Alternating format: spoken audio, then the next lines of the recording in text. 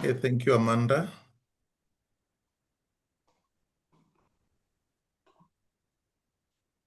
Good morning, good day. Sanbonani, Dumelang, Ndimachirodi, Goeiedag. Molweni, ladies and gentlemen. My name is Amanda Masondo Mkhize from MPA Mots, and it's my pleasure to welcome you to CESA's Technology and Engineering Innovation Forum webinar titled Engineering the Future, AI Technology Innovation and Smarter Infrastructure Delivery. Thank you all for taking the time to join us. Today's webinar brings together professionals from across the consulting, engineering, and technology sectors to explore how artificial intelligence, digital transformation, and emerging technologies are reshaping the way we plan, design, deliver, and manage infrastructure. So before we begin, I'd like to briefly share the purpose of the Technology and Engineering Innovation Forum.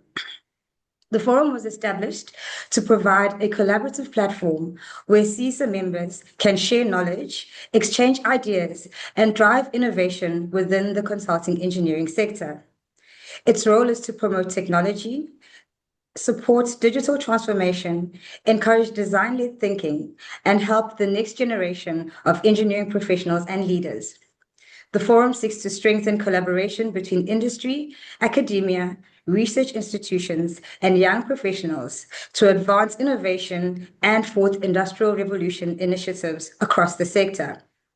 In the long term, the forum aims to be the leading voice in engineering technology and innovation, addressing key industry and public interest challenges, while fostering a culture of collaboration, knowledge sharing, and impactful engineering resolutions that improve society. So today's topic aligns perfectly with that vision. As artificial intelligence and digital technologies continue to transform the engineering landscape, we have an opportunity to reimagine infrastructure delivery, improve efficiency, and enhance decision-making, and create a more sustainable and resilient solution for the communities that we serve. We are privileged today to be joined by two accomplished industry professionals who will share their insights and practical experiences. Prinell Naicker from Piésold, Keith Simon from KCS Consultants. Thank you both for contributing your expertise to today's discussion. On behalf of CESA and the Technology and Engineering Innovation Forum, I encourage all participants to engage actively and share their perspectives through the chat and participate in this discussion session. Let us embrace this opportunity to learn from one another, challenge conventional thinking, and explore how innovation can help us engineer a smarter and more sustainable future. So without further ado, to start our discussion, it gives me pleasure to invite our first speaker, Prinell Naicker, a senior structural technologist at Piésold, with more than 12 years of experience in the structural engineering industry. Prinell leads structural projects from design and modeling through to project delivery, while also overseeing proposals, tender reviews, and financial management. Prinell will share perspectives on the role of AI technology innovation in transforming infrastructure delivery. Prinell, the platform is yours. Thank you, Amanda. Can let me know when you can see my screen.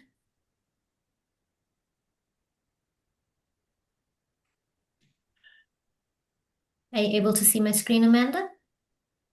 I'm trying to stop sharing. The screen is visible. Okay, perfect. My All screen. right. Let me just move this over. All right, good afternoon, everyone, and thank you very much for joining me today. So my name is Prinell Naicker, and I'm a senior structural technologist at Piésold with over 14 years of experience in the consulting industry. So throughout my career, I've been passionate about technology and how it can improve the way we design and deliver infrastructure. That passion has led me into the BIM, 3D reality capture, and digital engineering space. And in 2024, I was honored to be recognized as the Extraordinary Woman in BIM competition, which gave me the opportunity to attend the Autodesk University in America and learn from global leaders in digital transformation. I'm not standing here today as an AI expert. I am standing here as an engineering professional who is curious about technology, enjoys challenging traditional ways of working, and believes that AI has the potential to help us become more efficient, make better informed decisions, and ultimately deliver better infrastructure. So every day, consulting engineers are expected to deliver infrastructure that is safer, more sustainable, more resilient, and often with fewer resources and tighter deadlines and budgets than ever before. At the same time, the volume of information we work with continues to grow, from design standards and geotech reports to asset data, environmental studies, and stakeholder requirements. The challenge facing our profession is not simply designing infrastructure anymore. It's managing information effectively enough to make better engineering decisions and judgment, imposing greater risks and liabilities to consulting. And that is where technologies like artificial intelligence are beginning to change the way we work. Today, I'd like to explore how AI is supporting consulting engineers, where it adds real value, and why engineering judgment remains more important than ever. While AI feels like a new concept, engineering has been evolving through technology for decades. We've progressed from hand drawings to CAD, from CAD to 3D modeling, and more recently, BIM, digital twins, and automation processes. Each innovation transformed the way we design, collaborate, and deliver infrastructure. Initially, each of these technologies was met with uncertainty. But rather than replacing engineers, they allowed us to work more efficiently, improve quality, and solve increasingly complex problems. Artificial intelligence is simply the next stage in that evolution. The difference is that AI is not just changing how we engineer, it's changing how we process information and support engineering decisions without losing the integrity of the decision basis. Unlike previous technologies, AI is not replacing a single engineering task. It's supporting almost every stage of the engineering process. It can search through thousands of pages of standards, summarize technical reports, and analyze large data sets, generate concepts, and automate repetitive administrative tasks in seconds. What makes this so significant is the speed. Technologies like CAD and BIM took years to become industry standard. AI is evolving almost daily, and many of us are already using it, whether it is to draft emails, review documents, or brainstorm ideas. But it is important to recognize what AI cannot do. It does not understand engineering context, professional responsibility, or the consequences of poor design decisions. It does not sign off on drawings, take legal accountability, or apply engineering judgment, and cannot perceive the overall risk to the public, which is the core of the profession for us engineers. That is why I don't see AI replacing engineering professionals. I see it removing low-risk, repetitive work so that engineering professionals can spend more time doing what engineers do, which is thinking critically, solving complex problems, and making informed decisions. So if AI can take away many of the repetitive tasks in our day-to-day work, where is it already creating value in the consulting engineering today? One of the biggest opportunities is during the early stages of a project, where engineers spend significant time gathering, reviewing, and interpreting information. AI can rapidly summarize technical reports, search design standards, and compare project documentation that might otherwise take hours to uncover. It can also assist with preparing specifications, generating first drafts of reports, analyzing large data sets, and support design coordination across multiple disciplines. Importantly, AI is not making engineering decisions for us. It is accelerating the tasks that consume much of our time. That means less time spent searching for information and more time applying engineering judgment, collaborating with clients, and solving complex problems. As someone who is passionate about the digital engineering and the Autodesk ecosystem, I'd like to show you how AI is already enhancing the tools many of us use every day. Autodesk is already embedding AI into their products. Products like Forma and Fusion help engineers explore multiple design options, while Revit and Civil 3D automates repetitive documentation tasks and allows us to spend less time drafting and more time engineering. Within Autodesk Construction Cloud, AI can transcribe meetings, generate minutes, assign action items, and even search project information using natural language, making collaboration more efficient. For me, the biggest takeaway is that AI is not here to replace engineers. It's here to remove repetitive work, improve collaboration, and give us more time to apply the judgment, creativity, and problem solving that make engineering such a rewarding profession. So AI is not only changing the way engineers work, it's changing the way infrastructure is delivered across both the public and the private sectors. In the public sector, AI has the opportunity to help government departments and municipalities manage infrastructure more proactively. By analyzing asset data, predicting maintenance requirements, and supporting long-term planning, AI can improve decision-making and ultimately enhance service delivery for communities. It can also assist with reviewing documentation, prioritize maintenance programs, and making better use of the vast amount of information that public authorities manage every day. In the private sector, the focus is often on improving efficiency and delivering projects more effectively. AI is helping consultants and contractors accelerate design coordination, improve cost forecasting, automate repetitive reporting, and strengthen collaboration across multidisciplinary teams. Although the priorities may differ, the outcome is the same. Both sectors are using AI to make better informed decisions, improve productivity, and deliver higher quality infrastructure. While these opportunities are significant, it's equally important that we understand the limitation of AI and continue to apply sound, risk-intuitive engineering judgment. By now, AI probably sounds like a powerful tool, and it is. But like any engineering tool, it has its limitation.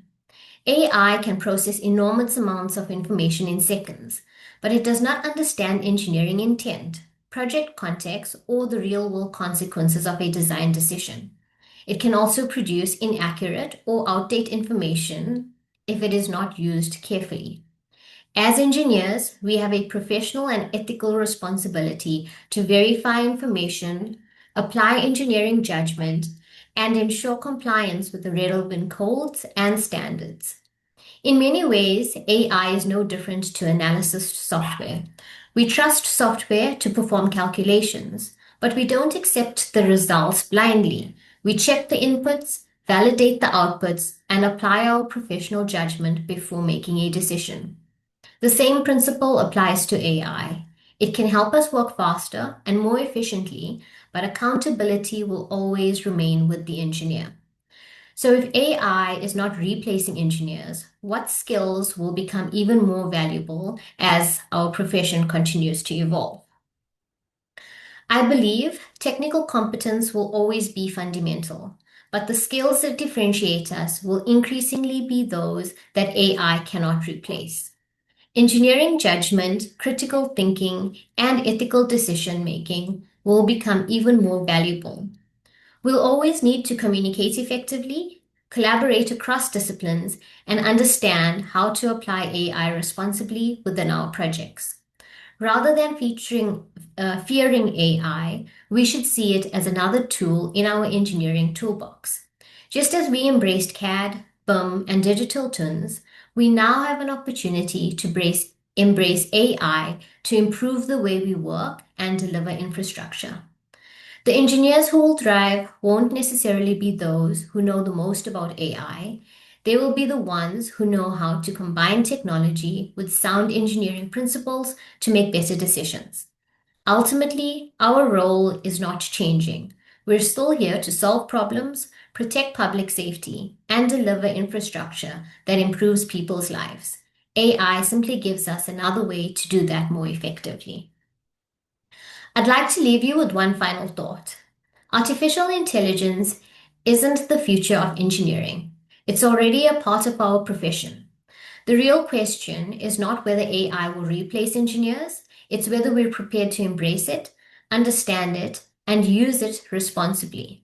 As engineers, we've always been problem solvers. We take complex challenges and turn them into practical, safe, and sustainable solutions. AI does not change that. It simply gives us another tool to help us do it better. As young professionals, I believe we have an incredible opportunity. We don't have to choose between traditional engineering and emerging technology. We have the privilege of combining both. We have the chance to shape a profession that is more innovative, more efficient, and better equipped to meet the challenges of the future.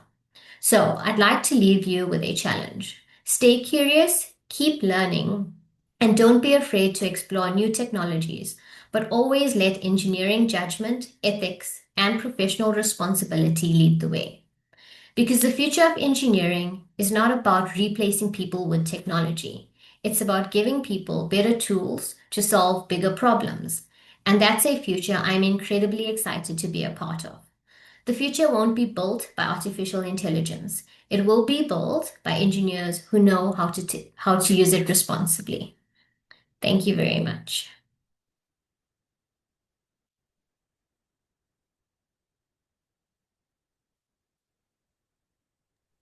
Thank you very much, Prinell, for that insightful presentation. Prinell, before we move on to the next speaker, I'd like to firstly encourage our participants in the room to please share your questions either in the chat box or in the Q&A box. Prinell, I have a question for you. As consulting engineers, where do you believe AI has the greatest potential to improve the way we deliver infrastructure, designs and project delivery, asset management, or client collaboration?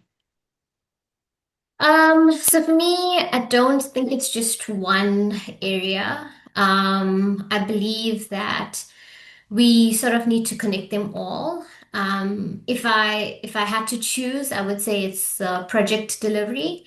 I think that's where the biggest opportunity comes from. I think we spend so much of time coordinating information and tracking RFIs, meetings, doing meeting minutes.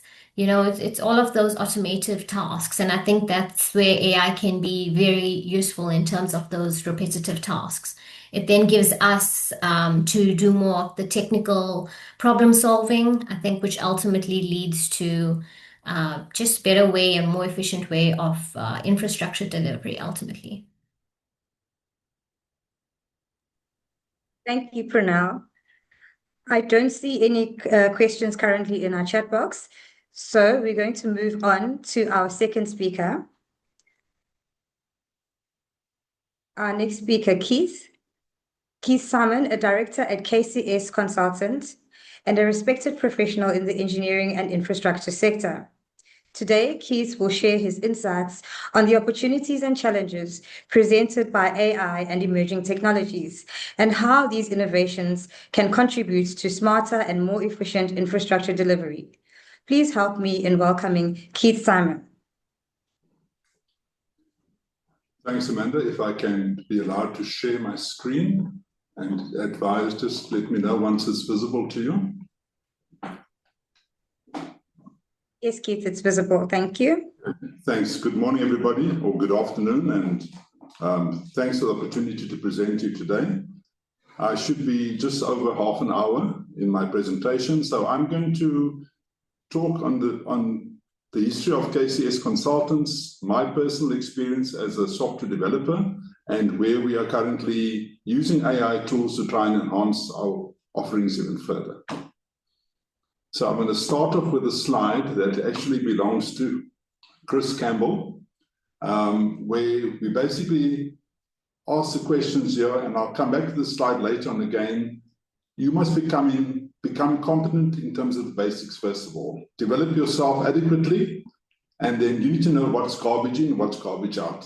As Prinell said earlier on, you can create sustainable solutions, but you need to make sure that you know what you are applying in terms of your knowledge. So KCS was formed in 1994 already, in terms of providing IT support, hardware sales, and software development due to the poor tools that were available at that stage.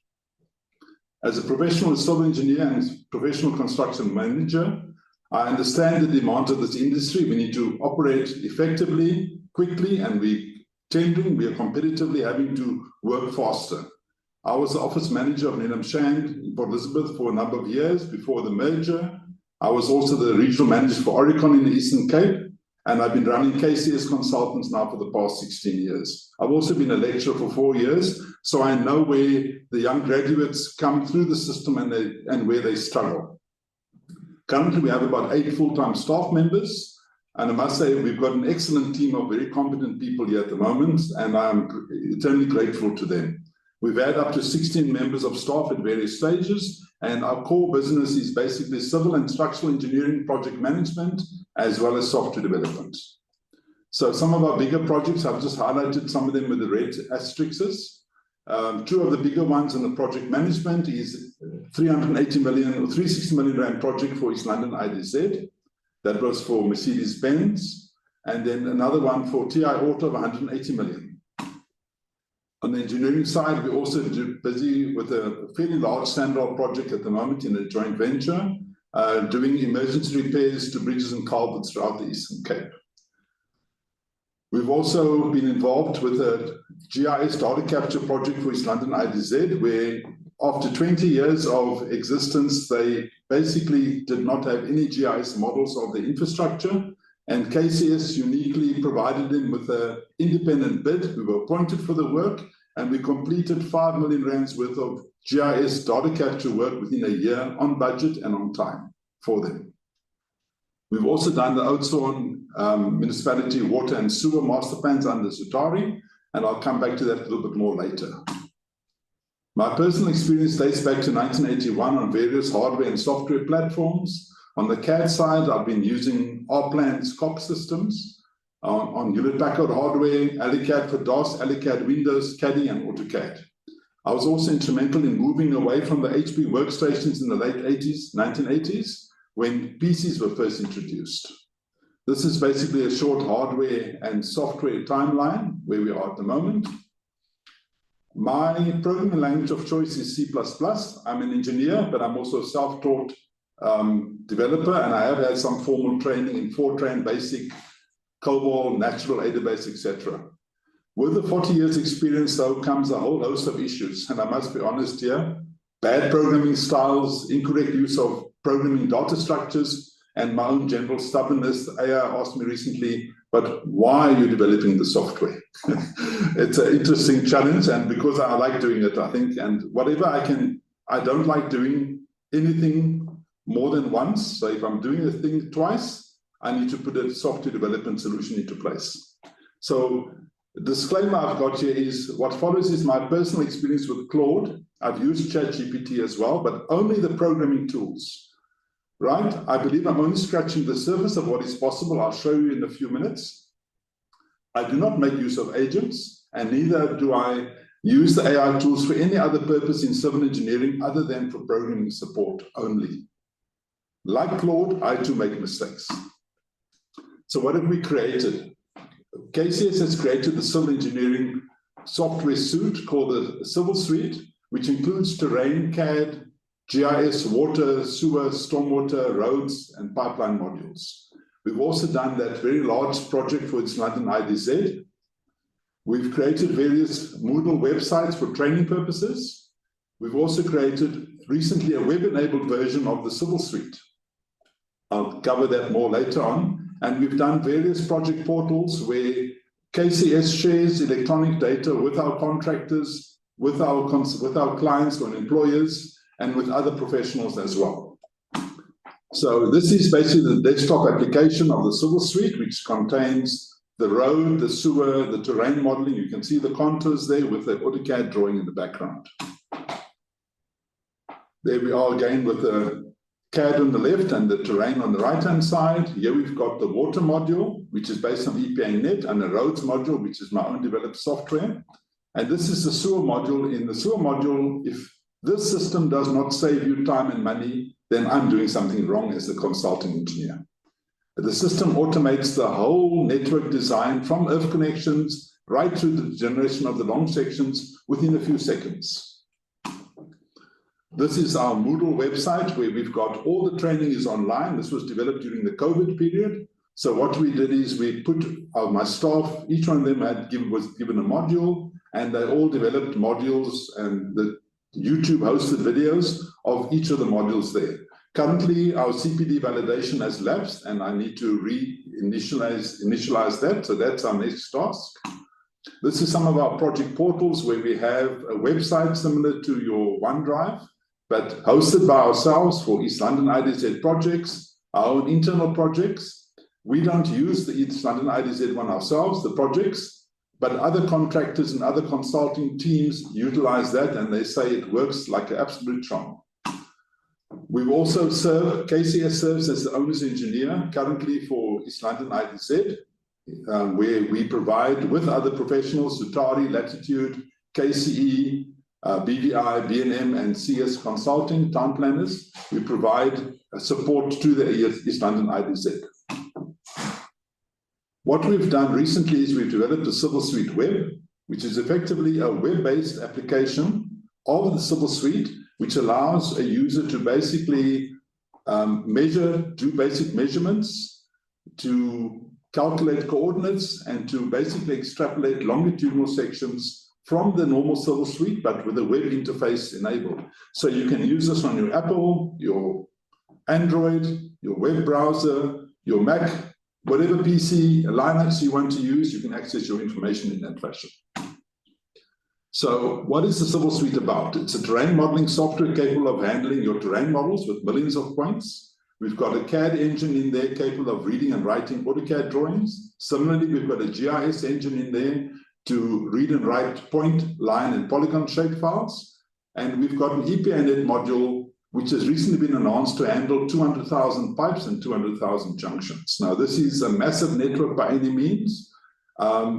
So it required quite a bit of changes to our normal way of doing things. What we've also identified during this process of doing the work is we've created a website now called water.civilsuiteweb.com, which is basically the Civil Suite water module, but running from a web browser.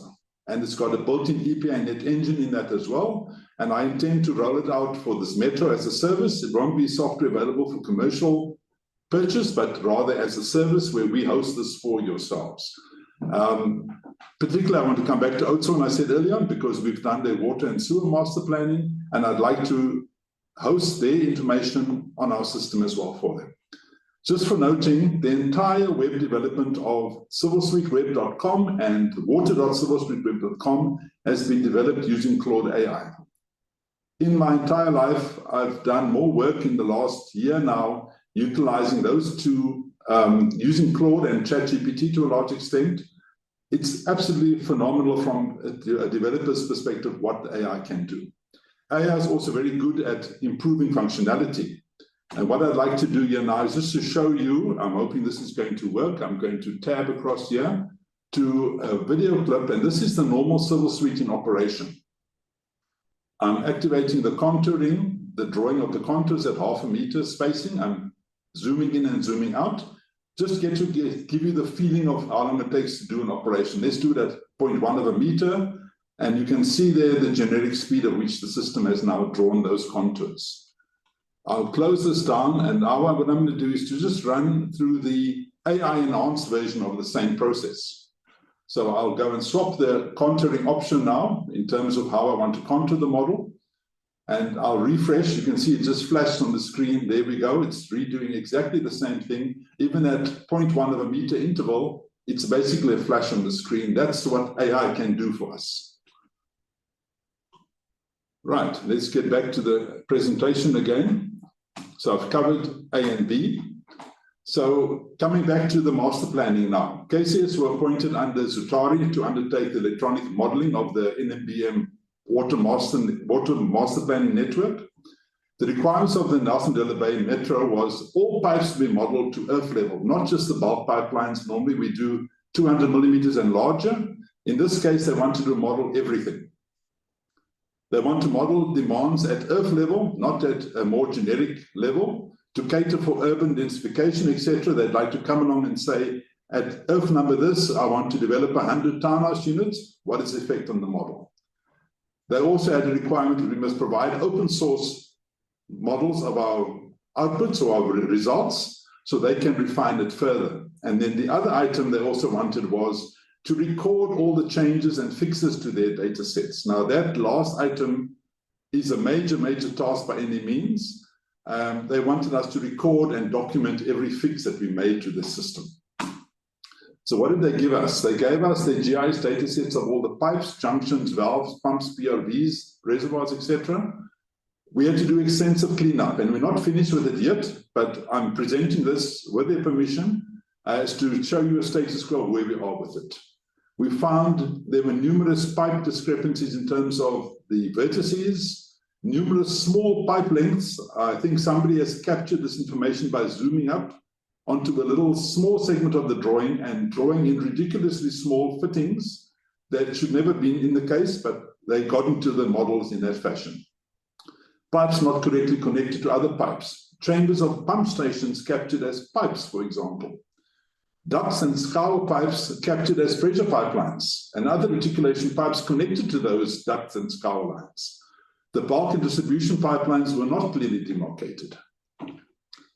This is an example of the metro. It covers 245,000 odd urban. There's the extent of the water network from the west to the north, and you can see the layout of the land that we're sitting with there. Some of the link pipe discrepancies we had, now bear in mind, we're sitting with over 150,000 pipes and 150,000 junctions. If I go back to the previous slide here, if you were trying to do this by hand, which we did, it'll take forever to get there. So what we found, for example, is at your normal water network, I don't know those of you familiar with it, but you've got a pipe, goes from 101 to 102, and at 102, there's no connectivity there. The pipes are not physically connected. Or what we found is pipe C has got a node onto pipe B, but pipe B only goes from 102 to 103. There is no intersection there. That means that there's no connectivity and no flow from pipe B into pipe C. So those are the type of areas we had to fix up and identify. We also found that somewhere in the data capture, there were multiple vertices captured along pipes. So if you had a pipe segment going from 101 to 102, you might have found 5 or 6 vertices exactly at that point. Now, the idea why we had to resolve this is the fact that we wanted to break up the pipes into segments. And when we came to this scenario, we found that we had zero-length pipes coming up now because of all the multiple vertices on the same spot. Here again, on this one over here, we found at the end of this line, my video link, unfortunately, is hiding that at the right-hand side of, okay, there we are, to move it out the way. At 105, for instance, we found there were multiple vertices at that point again. If I go through further, we also had this scenario where you had a pipe going from 101 to 102 with multiple vertices all along the pipe length, but they could just have been resolved into a start at 101 and an end at 102. So those had to all be collapsed and sorted out. Then in terms of, let me move this out the way. As I said, the other issues we had were small pipe segments, very small segments with valves and bypasses on them, which we had to then incorporate into the model. We also had situations where 2 pipes cross over each other, and it just so happens that the vertices exactly to the exact coordinate land on top of each other. So now the system starts linking the 2 pipes, so the 2 pipes should cross over each other. So those were initially cleaned by hand, and we recorded all the changes. From my perspective, it became quite frustrating, so I decided let's rather automate this process now. So I used Claude AI to extensively perform the fixes from the manual operations. Now this is where the experience comes in. You've got to understand what you're trying to do before you can get the AI to help you. But Claude developed some software to remove all duplicate vertices, remove all redundant vertices, removing all the small length of pipes, while also maintaining the geometry of the model, and then also increasing the pipe lengths automatically to be at least 0.5 meter in length, for the insertion of valves and pumps, etc., on those pipelines. So in the AI, for example, I have a simple call that says insert GIS valves. Those valves were all point features onto pipes, and it basically inserts, you can see the red close valve over there, the blue ones are open, and it actually inserted the valves from a point feature. EPANet needs the valves as line features or as a link feature, so it automatically did that in configuration for me. And this is on 17,000 valves. To do this manually would be an impossible task. The AI does this in about 2 or 3 seconds. What we also then did is from the pipes, we then created our EPANet junctions. So once the pipe data was checked and fixed, we then classified the pipes into bulk and distribution pipelines. The distribution pipes were then broken into 40-meter lengths and junctions created at every 40-meter interval. And I'll come back to why we did that. So the sample code in terms of programming tools is to say, divide distribution pipes by distance of a variable length 40 meters, and the system would go and generate nodes or junctions along my pipelines at every 40 meters automatically. We then link the Irvin to those junctions. So Irvin would then link to these junctions by the centroid of the earth, and the sample code is just simply link earth centroid to junction, and I give it a distance, and the system does the work for me.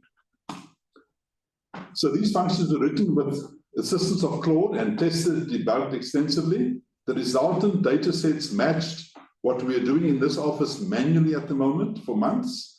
The entire network of 245,000 Irvin were linked within seconds to the nearest nodes.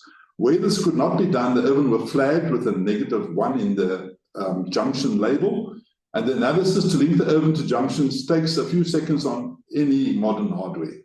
Manually, this process would take weeks or months and is nearly impossible to do it reliably and accurately.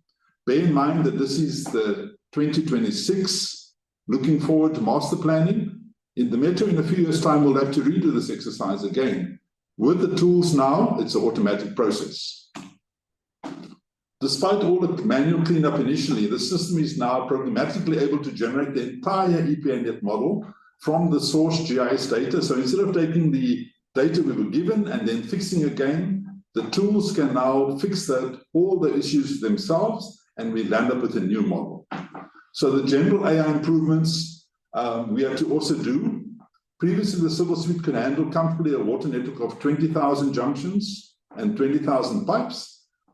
I've never yet, prior to this project, had experience with a model of that size. And suddenly you see that when you're adding a new node, you want to check, does the name exist? The system became quite sluggish to check, is this node already used or not? So AI improved it, and it basically brought the performance back up to what we would expect.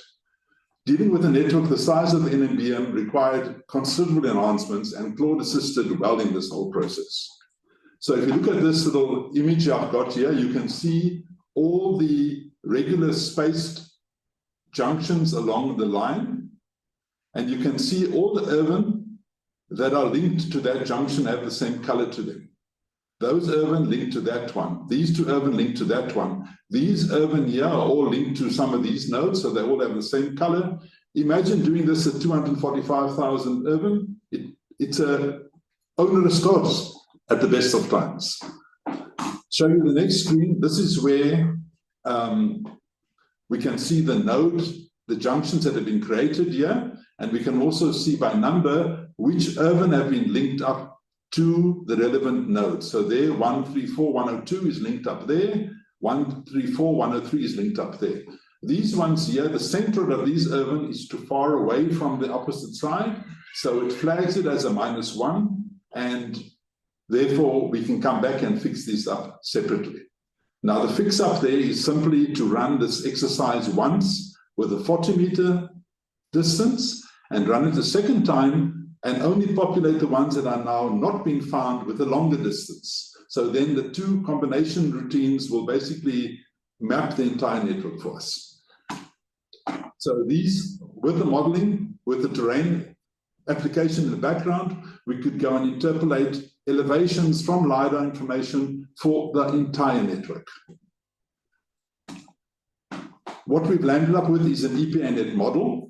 and there's already, it's not quite finished yet, but the model is there, it's working. All our reservoirs and tanks are in the system, our pumps are in there, and our valves are in the model as well. There's two different debates as to whether you create the valves as closed pipes or whether you create the valves as valves. I've chosen to put them in as valves so that the user can still interrogate and manage the data set.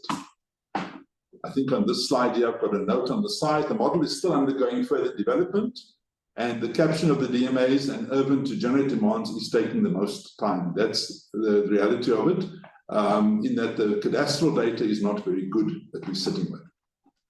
If I can proceed further, so what do I do as an engineer? Besides the cleanup of the model, we've also decided to put a dashboard into place. Now, the Metro has had another competitor's software in there for years. I've never yet seen them create a model of this nature. We, through Zutari, have now modeled the entire network. And what I went and done is, because I've had the Civil Suite web application, I thought, let me modify that with the AI tools to create a water module application. And here now we have the web version of the EPANet model sitting on a commercial website. There's the results of my initial modeling that we've done. And you can see the color coding. I'm color coding the entire model here by pressure. Less than 20 meters is showing up in red. And going up to the higher areas in where this is by pressure now, we're above 60 meters or above 120 meters. Please note that this is preliminary still. I've forced the model to work. We do not have the PRV data at the moment, the settings, and we also do not have all the pump information to model. So I've manipulated the system for the purposes of this demonstration, and that's where we are currently. This is in the Civil Suite itself now. This is not the web application. So this is in the Civil Suite, and this is in the web version of the same application. Right, let me move on a bit further. So I now want to do a little video demonstration here, and this is number C. So let me just go across here to, I think I've got myself a little bit out of sync here at the moment now. So let me just show you this one over here.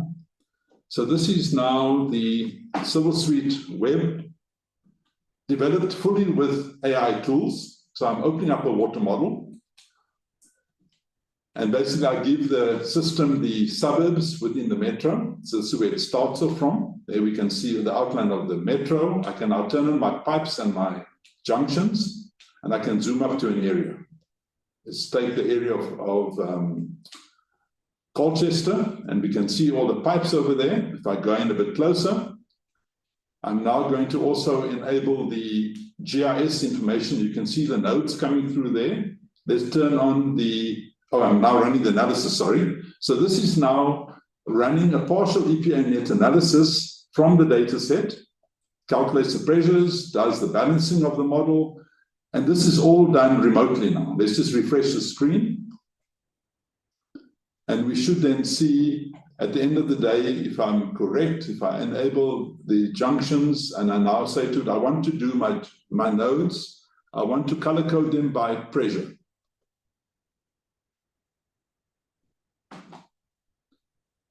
Let's just do the flow arrows as well. And then if I refresh the screen at this point, there we can see the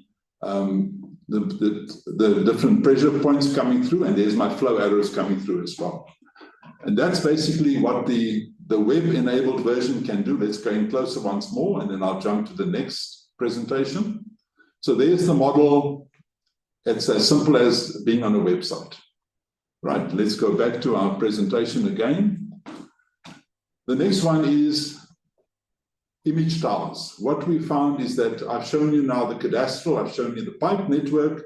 What we also have is in the Civil Suite itself, we have the ability to effectively, let me just find which one I'm looking for, the embedded image. So this has been around for a while. In the Civil Suite, we can bring in aerial mapping images. Now this image is like 300 megabytes in size. And if we zoom up on the image, you can see there the person might be in the swimming pool possibly. But just to give you an idea, this is now a georeference image of 300 megabytes in size. And the Civil Suite handles the performance quite nicely on one single image. And we can zoom up to the little river on the other side, and we can just see what we have on that side. Now, this is previous technology. I'm sure a lot of your civil 3D, civil designer, etc., can do exactly that. And we've had that for a while as well. If I then go further now, in terms of our work on the Water Civil Suite web, we decided to also include Google Earth type imagery in it. And what is fascinating to me, it's phenomenal, to be honest with you, within 2 weeks of me describing to Claude what I wanted done, it's generated 2 modules called a tile generator and a tile server. The tile generator basically breaks apart the high resolution 300, 400 megabyte image into multiple resolutions and saves it to disk. The tile server, on the other hand, listens for connections on the port, and then it says you want to see an area of coordinates between this and that, and it goes and overlays the tiles onto your drawing for you. My role was to basically type in and discuss with Claude what I wanted done. We did extensive bug fixing and testing. And please note, I'm using Claude AI here, not Claude Code. So Claude Code can run the programs. I'm only using the very basics of what the AI can do. But what is phenomenal is that within a period of 2 weeks, Claude has not only written and debugged the module, it's also enabled me to embed that same tile in the Civil Suite desktop application. So if I go further from here, let's see how these embedded images work within the Civil Suite web now. And I want to just make sure I've got the right, this one over here, I think it is. So here is the server running. I'm going to log in with my details. And this time now, it's the same module you saw earlier on. I'll open up the water, and I want to now bring up the Google Earth type tiling images into it. So I'll zoom to the extent. I'll then zoom up onto Colchester once again. And I'll now enable the pipelines. I'll enable the junctions, enable the GIS, and I'll refresh the screen. So there's our model that we saw earlier on. And now I'm going to turn on the tiles. And this system now goes and fetches the images for me from disk. This is the 2 solution item that was being created. And we can now zoom up on that, and we can see the high quality and images, and also they all georeferenced properly. So by going a bit closer, and you can just see there the extent of it. I'm going to stop this video at this point. I think this one has shown enough details over here. Let me just bring up the pipeline displays and also the network once again. Let's do it by largish nodes and do the pressure once more. And we should just get the final image of that model come through with the pipelines and the pressure nodes, the junctions now shown. Okay, there we go. That's the end of that presentation. I'll just close this one down. Let's go back to my formal one here. As I said, this is, besides the tiles not done in the web version, we've also got the same information now in the Civil Suite tiles. Let's look at it this one here. I think this was the one over here. And there we've got the entire model. This is now the Civil Suite Windows application. There you can see the speed at which the information has come up. If I zoom around the area, I get the same information coming through once again. I can zoom in further closer. And this is now the dual function. The tiles are not only available in the web version, they're also available in the desktop version as well. Okay, and you can see the quality of the resolution of the images that we have there. I think that's the end of this presentation. I'm missing a couple of slides, as you can see. The little corner boxes that we had there, I need to still reprocess those ones to fix up and complete that model. Right, let me just go back. So in summary, the Claude AI costs me about 385 Rand a month. It is, you could do the same thing with the free tools, and I'm really just scratching the surface of it. You could spend a lot more on Claude and use different models in terms of what is possible. The AI can make mistakes, and believe me, when AI makes mistakes, it can take you down the garden path, so to say, and it'll tell you that your code from 20 years ago must be broken, but it doesn't. It comes to the same conclusion multiple times, And you need to be very careful that you're not working with an intelligent person on the other side. You're working with an AI tool, and that AI can make mistakes, and it can do so gloriously. So please take note of that little check down the bottom.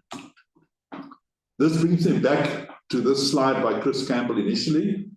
Please, I'm not going to go through all the items here, but that's third item there, garbage in is garbage out. If you don't know what you're expecting from the AI, you are going to generate garbage. And I've seen before where established consultants submit drawings to the municipality. Municipality accepts those drawings as being fact, but the drawings are flawed, and no one at the municipality has got the gumption or the knowledge to actually realize that they are flawed. So please, as future engineers, future graduates, you need to make sure that you know what you're doing, learn to walk before you can run. Sit down with a hard copy of a drawing, try to measure and determine scales. I think Prinell mentioned earlier about sustainable solutions. What I've done with the Civil Suite now, the Civil Suite Web and the Water Web, is actually put into place programmatically solutions for the future, right? You need to apply your mind, and the problem is you don't know what is wrong until you're there, when you've experienced it for yourself. The design side over 40 years has gone from CAD to terrain modeling to other solutions, but we're still sitting with the basics where contractors have got to build what we've done. And that is where the biggest failing happens at the moment. I've got some projects at the moment where a contractor is effectively incompetent at doing their work, but I cannot kick him off the site. I cannot get rid of the contractor because the municipality runs the risk of losing their funding. So you can imagine just where you are. You can have the best design tools in the world, but you're still sitting with the practical problem of the contractors are not keeping up to date, and the whole procurement cycle is hampering the system for us as engineers.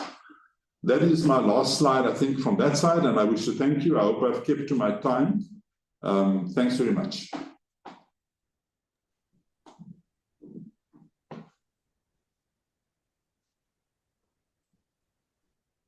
Thank you so much, Keith, for that insightful presentation. It was really informative and thought-provoking. The practical examples you've shared have highlighted the significant potential of AI to enhance engineering design and streamline our workflows, and also to support more intelligent decision-makings in projects. I'm going to open the floor for our questions and answers, but before I do that, I'd just like to know, Keith, what are the future developments that you see in terms of other modules in your Civil Suite? Thanks, Amanda. Look, I think that from what we've done with the water module now, I'm definitely going to bring in the same functionality into the sewer network master planning solution that we've got. We've done it for Oudtshoorn already, and that will be the next step of bringing in information similar to what we've done for the water module. We'll do the same service now for the sewers, as well as improve the offering throughout what we can do in terms of the software solutions. Thank you very much, Keith. For our attendees, there is a poll up at the moment. If you can answer that poll, and please join in the discussion. Prinell, I see your hand is up. Please unmute. Yes, thank you. Keith, that was a very good presentation. The question that I have, and maybe on the civil side, it's a bit different. So the challenge I think that I face on the structure side is having the automation in terms of a perfect world, for example, building elements and translating that into real life situations. So, for example, a digital twin, right? What's on site versus how you would generally model is two very different spaces. You did mention with your pipe works, where your network, where you've had the disconnection and your line, for example, for your pipe was not straight. So you've done an automation where you've done a pipe to be 0.5 and almost in a ideal world that exists. So I think it's just getting an understanding from your end. How do you navigate those issues from ideal world versus existing information? Yeah. Prinell, it's a difficult question, that one. I think it depends on each of the models that we're sitting with. Ideally, the people capturing the data can apply their minds a little bit, or engineers standing over their shoulders and guiding them possibly. One of the concerns that, we've got this company that's captured all this work for the Metro for years, but when you ask for information, it's always a disclaimer to it that we don't have an engineer checking us over our shoulders. So please take the information with a pinch of salt, so to say. But I think that if all the companies, I take my hat off to them to at least, they've captured a lot of the information already. A lot of the smaller municipalities and other bodies don't have any records of what infrastructure they've got. So they're starting from square one, basically. So if you can just get that basic information done, built up correctly, at least from there onwards, you can then model that real world information. If we had reliable information to start with, this project would have maybe been done in half the time, or in fact, a quarter of the time. Thanks. I hope it answers your questions, Prinell. Yes, thank you, Keith. Okay, thanks, Prinell. I'm going to jump straight into our Q&A box. I think both of you can answer this question, or I can allow Keith to answer first. One of our participants have asked, we saw a very slow uptake on BIM and the associated digital twinning innovations. What is going to be the major driver for the uptake of AI beyond administrative tasks? I'll allow Keith to answer first. Okay, Amanda, difficult one for me to say. As I said earlier on, my disclaimer, I'm using the AI tools for programming use only. Personally, I'm wary about what I share with AI. Yes, it's possible that we could, people are doing minutes. I've seen the minutes that come from the various read AIs and whatever else we have. And sometimes it's quite shocking that people actually distribute those as minutes, because the information has been captured incorrectly, and it's not something that it's not a professional way of doing things. But I can't say really. I'm amazed at what is possible, but I'm also, as I said earlier on, I'm scratching the surface of AI. People are using agents, they're using multiple AIs, they're spending millions of rands on tokens a month. But I'm not really qualified myself. All I can speak about is my personal experience with what I've seen with the AI can do. Thanks. Thank you, Keith. I'm going to ask another question to you. This is from Salvan. Salvan asked, this is an amazing development and thank you for the demo. Can you please elaborate whether the code was written by Claude, whether it was audited in any way apart from function testing, e.g. code, quality, safety, and cybersecurity? Okay, some of the items were done by Claude, especially the web-based development. That is all Claude's information. We have checked the code fairly thoroughly. We've also built in the cybersecurity checks. In fact, currently the one I showed with the tiles there has currently got no security to it, but we are introducing that as one of the checks to it. Also bear in mind that the performance of the system needs to be first tier, if I can put it that way. And if somebody does hack an image style server, there's no value to it. All he's getting is the digital information. There's no AI behind it. There's no information other than just simply a static picture. So, but each one of them has got, we have got different, what do we call it now, security levels. Depends on what we are doing, but everything has been vetted and been checked. I've got to make sure that when I'm doing information that this is what I already have the answers before I ask the AI to assist. You must just bear that in mind. So I'm not just simply giving what the AI has given me as a solution. I know what the answer is already before I ask the AI. All I want to do is to speed up that process for me. Thanks. Thanks, Keith. Prinell, I have a question for you. You've highlighted how AI is improving decision-making and project delivery. In your view, what are the most significant opportunities for consulting engineers to leverage AI throughout the infrastructure lifecycle, from planning and design to construction and asset management? So I think throughout the stages of engineering, I think we can use it. In my presentation, I did mention, at the very beginning, I think we spend so much of time doing research and analyzing data for the project itself. So at the onset in planning, it's just getting AI to do that repetitive tasks, to go through the information, to sift out important points. I think it's quite a useful tool to have. If you look at taking minutes for your meetings, I mean, I think most of our companies now have platforms where we don't take minutes anymore. We've got an AI tool to do that for us. I think in construction phase as well, for me on the structure side, there's a lot of drawing work, for example, a lot of automated tasks that can be done via AI and the tools that are now embedded in the software programs that we do use.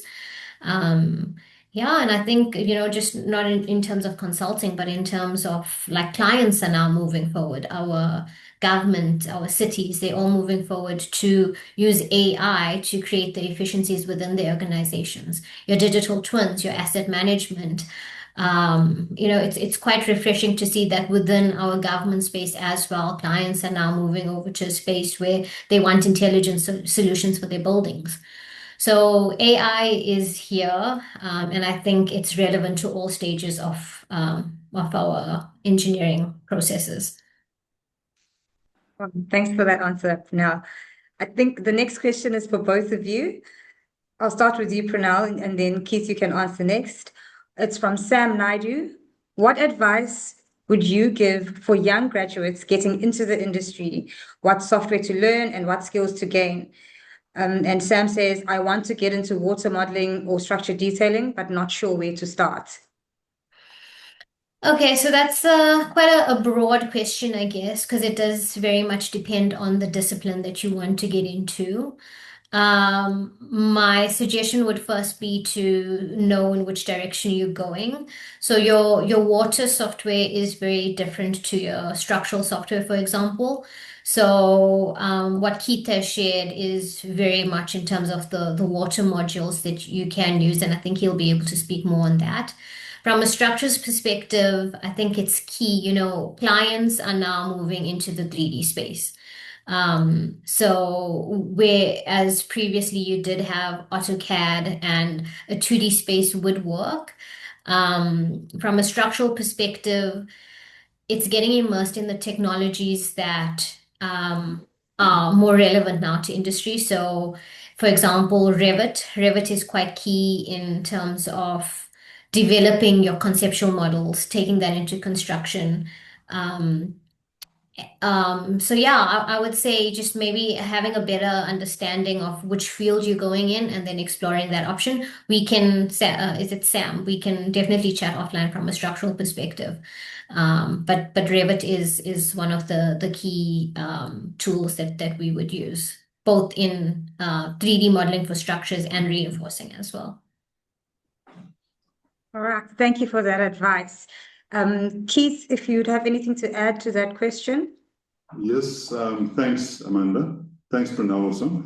Look, in terms of programming experience, I would recommend to Sam to look at the C language, C++. The EPA.NET source code is actually available online. You can download that. You've got a license to actually edit and manipulate it as you want to. Bear in mind, what I've done with the EPA is basically taken the EPA engine itself.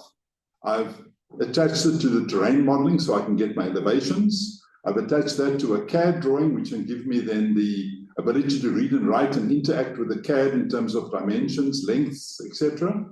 And then the GIS is also, there's a lovely open shape library called ShapeLib, which is open source, which allows you to access your GIS and integrate with that.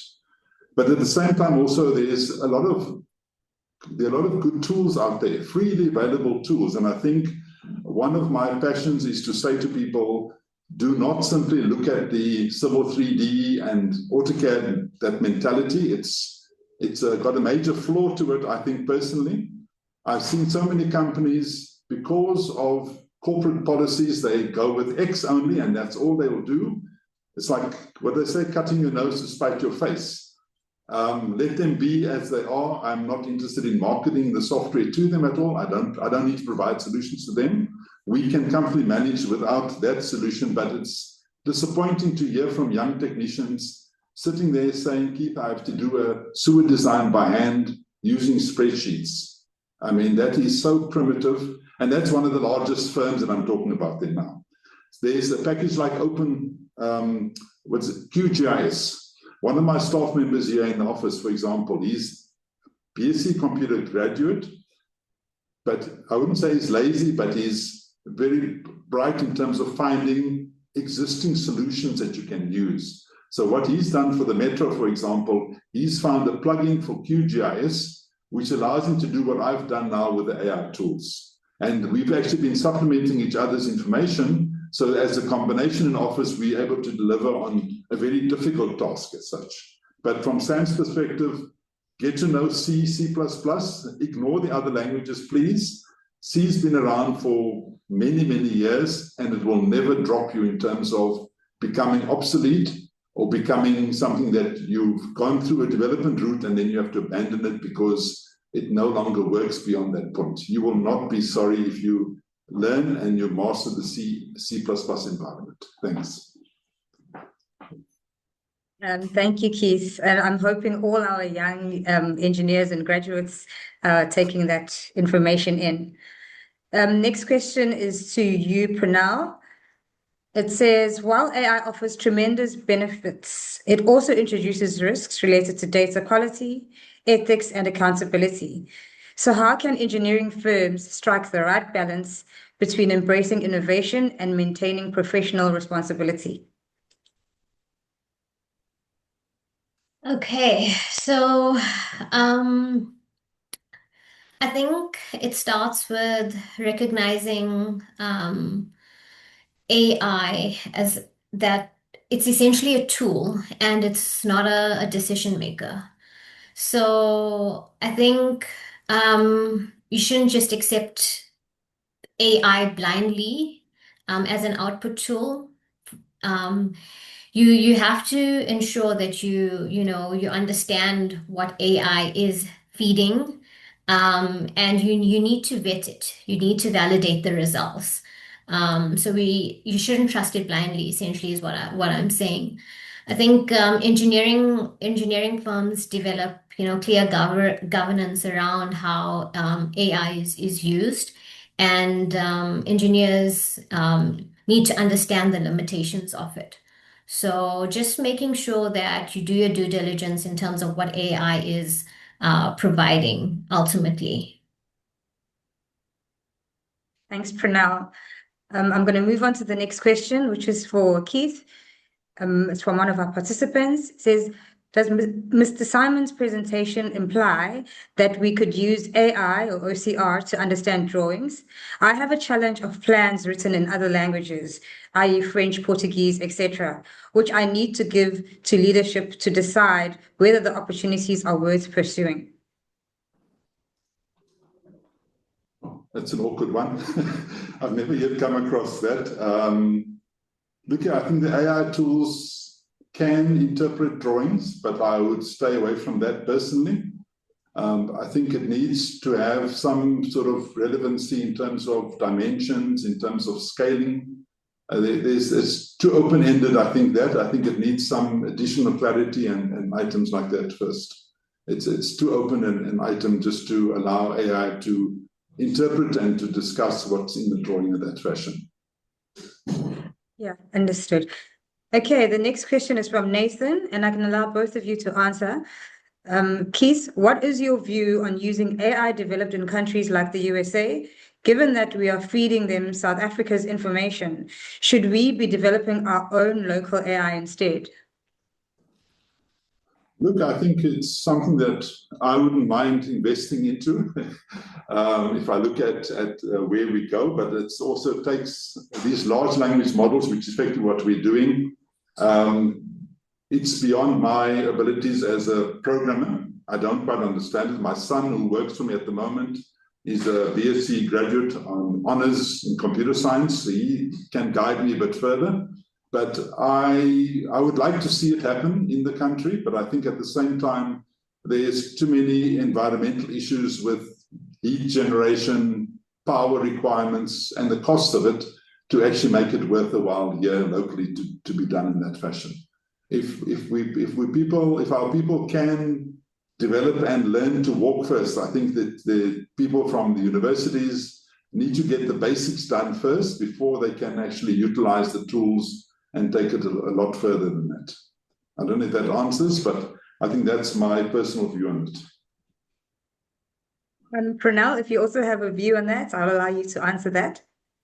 Yeah, I think I share Keith's sentiments. I think it would be nice to have our own development because I think a lot of our platforms as well are very are suited for overseas. One of the challenges that we've been having is from a coordination perspective in terms of your civil elements, your structural elements, and putting that together in your local, say, coordinate system, for example.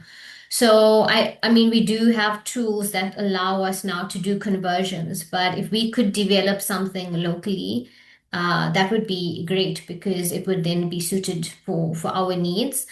But at the same time, when it comes to the cybersecurity and the risks that are involved, I think it is quite challenging. I think now we've had the third or the second break with an AI tool. It was ChatGPT a few weeks back, and now it's a separate software development program where it broke through the internet. So there is a lot of risk when it comes to AI. And I think if we can develop it locally with those challenges, then I think it would be great to see.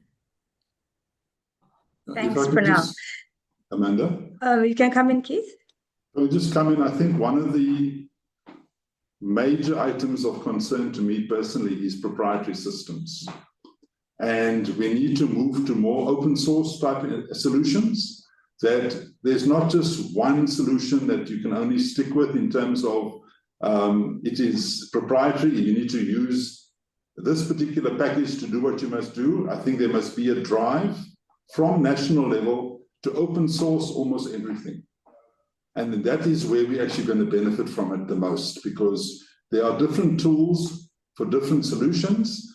In fact, I heard this morning, one of my colleagues here said to me that with the AI tools now, there's basically almost a throwaway type application being developed where you ask the AI to develop an application for particular use. Once that use is gone, you throw the application away and never to be used again.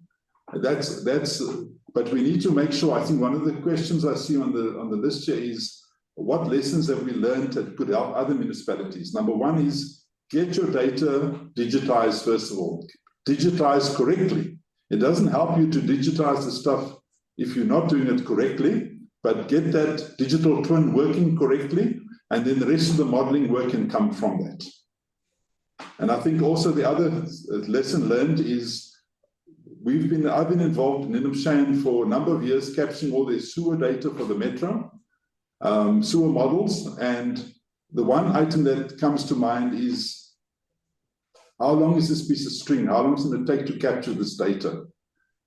Put into place standards right now. You need to put a standard into place now for any future data coming into your municipality or into your client body. Must comply with a particular data standard. So at least going forward, you know that from August 2026 onwards, all your data is coming in the right, it's formatted correctly.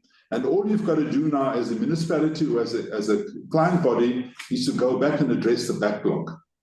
But from day one onwards, after this meeting today, you are going to set up a standard and you're going to apply those standards that any future data will comply with that standard. And all you've got to do as a municipality or infrastructure agent is to go back and retroactively capture information in that same fashion. Thanks. Thanks, Keith. That was going to be my next question to you, and I'm glad you answered it well. Amanda, Yes, Prinell, to interject and just to add on to Keith's point, you know, exactly what he's saying is I've had a very similar experience. So we've went through this massive project of creating a digital twin, and it took a lot of work to obviously get the as-built to where it needs to be. But the problem is when modernizations and modifications happens to a project, you know, you have to have someone or a team that's sitting within that the model and keeping it live.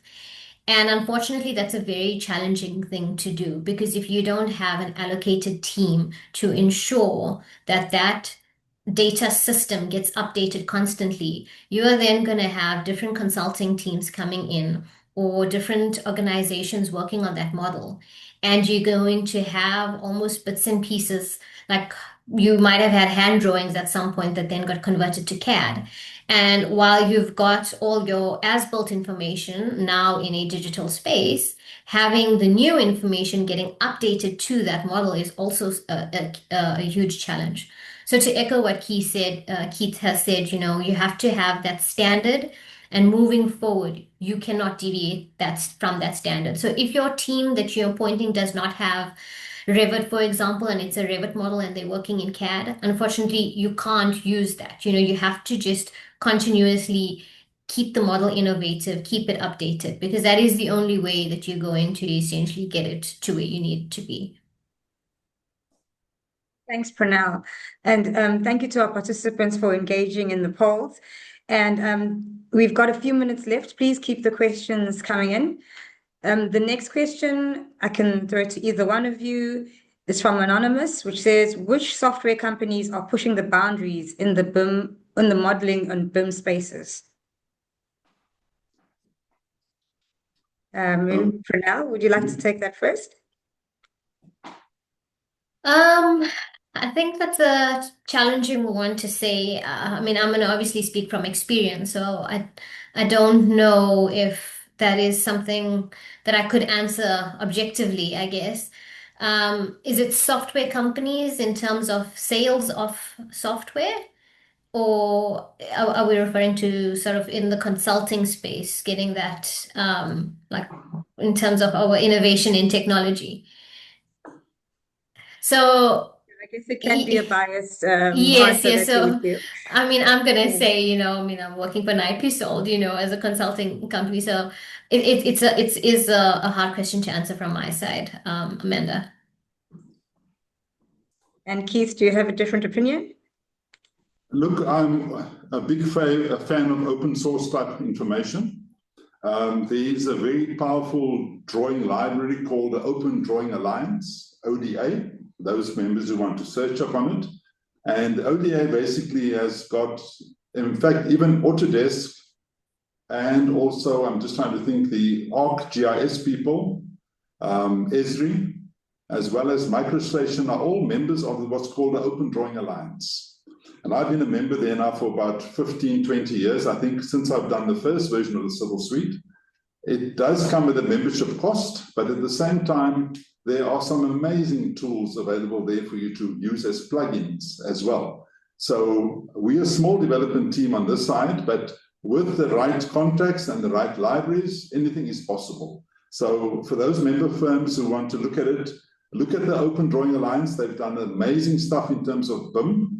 They've open sourced a lot of the models that you can actually, not open source, but they've given you tools to actually manipulate those models. And that's why I come back to Prinell's discussion there earlier on about you need to be using Revit, not only.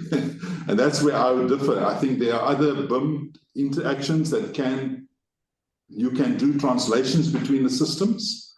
And I think that is where we need to be very clear that I'm passionate about the fact is we must not have closed source information. In my Civil Suite and my other applications, I can export and re-import information from most other systems at the moment. And I think that is where the mindset from the larger companies comes in. You only use model A, you don't use model B, even to their own detriment. I think that is where we need to move away from that and have more of an open standard that can use to translate data between different systems. Thanks. Thanks, Keith. Prinell, you can come in. Yes, so Keith, I think just to add on, when it comes to having open sources, for example, right? For example, in the Revit space, you can do an IFC export, or you can have other models linked into your models, which is great. But I think the issues come in is where some of the intelligence gets lost. So from that perspective, would you just maybe be able to speak on that if you essentially want to call it not just be boxed within the software that you are using to create that intelligence? No, that's correct. Look here, as I said, the Open Drawing Alliance has got the IFC models in it. They've even got free 3D viewers in there as well. So for those not familiar with the standard, who don't have access to Revit, can utilize something like that, like the free viewers, to at least look and interrogate their models as well. But I agree with you, there is also this degree of compatibility that's not always there. And I think that's why I came back to my standards. Just to mention an example, East London IDZ, we did this GIS data capture project for them for a year. We earned 5 million Rand in fees. Without the civil suite as a backup to it, we would never have done that project in a year. It was just not possible. What we have, however, left as a legacy for them, we've left a website where consultants can now upload their AutoCAD drawings with the right layer names, and the system kicks out the GIS equivalent of that data for them. So at least the standard is now maintained. So we're not implementing any current projects for IDZ, but at least the standard is there for consultants to upload their models, and the system, because it's programmatically set up, it churns out the GIS data for them to populate, and that now becomes the next phase of the project, is to say, how do we make sure that all those light fittings, the DB boards are all, the data that goes with the metadata is being recorded correctly, rather than just the shapes that we have now in place geographically. Thanks. Yeah, so I think from my side, that's where it is a bit of a challenge, because like on the structural side, for example, if it's not modeled correctly, you're not going to get the right output. So it's very much a challenge of, do you do it the way it needs to be done to create the efficiencies long term, or do we just have almost like a concept model, if you want to think of it that way? We can visibly see it from a 3D space, but then it means rework ultimately in the future.